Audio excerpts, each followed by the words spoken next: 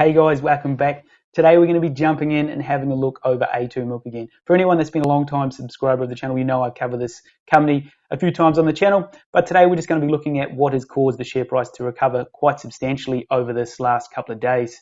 For anyone that's been a shareholder for A2 Milk over this last year, it's been a rough run. There's no denying that. We've seen multiple revenue downgrades. They're currently facing a class action where investors are saying that there was a misleading or deceptive conduct.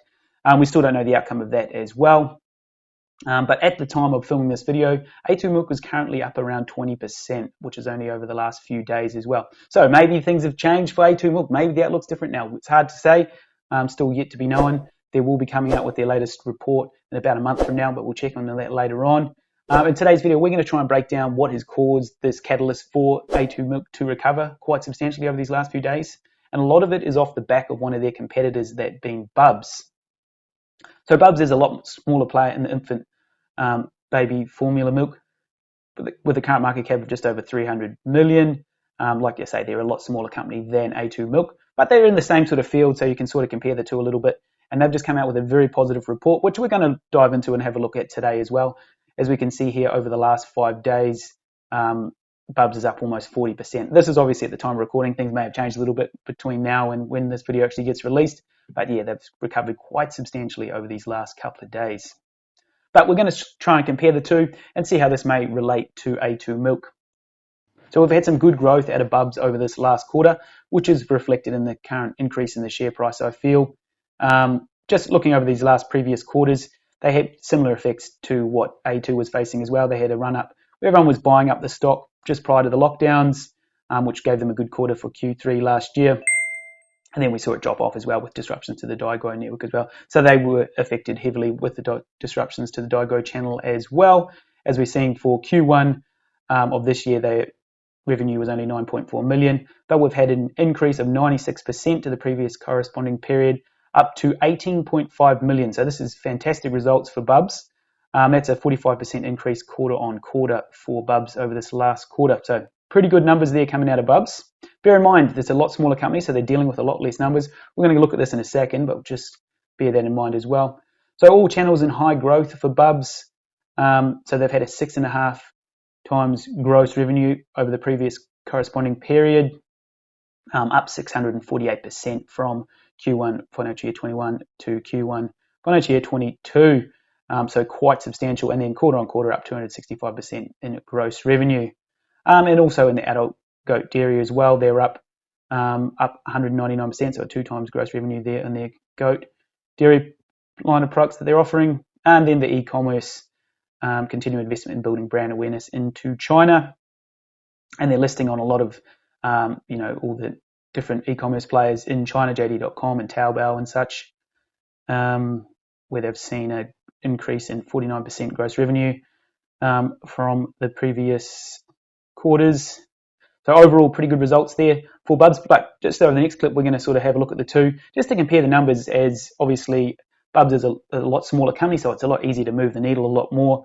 Okay, guys, we're just going to do a quick comparison of BUBS to A2 Milk. I know it's a pretty unfair comparison, as A2 Milk is a far bigger company than BUBS, but just quick comparison. So even if we're just looking at top line revenue, you can see they've had amazing growth over these last 10 years.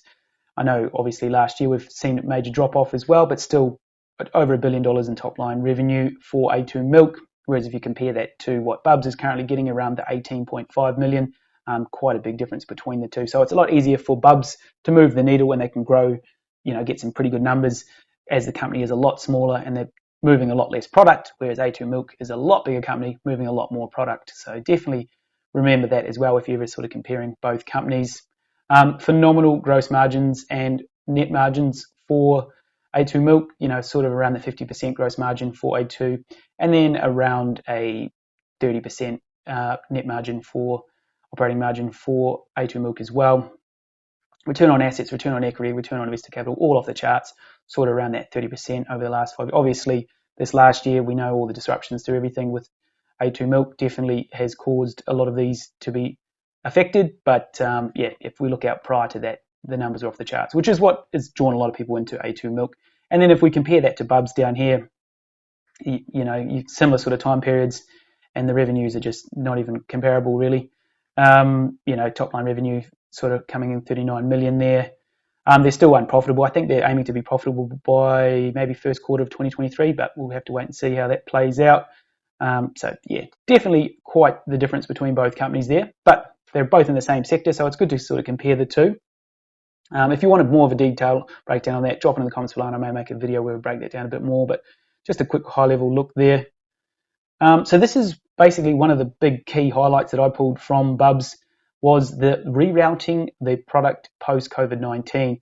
So they're more or less saying that the worst of the Daigou disruptions is behind BUB, and this is how they've sort of implemented how they're getting their product into China now. I know it's a very basic sort of model, but I think we can pull some pretty key things from it. So prior to COVID-19, this is how the Daigou Network all the product was getting into China was through gift stores, parcels, retailers, tourists and international students were packaging it up and sending it over to China. Whereas now they're packing and sending it to corporate warehouses over there, freighting it over on boats, and then a direct-to-consumer mobile app.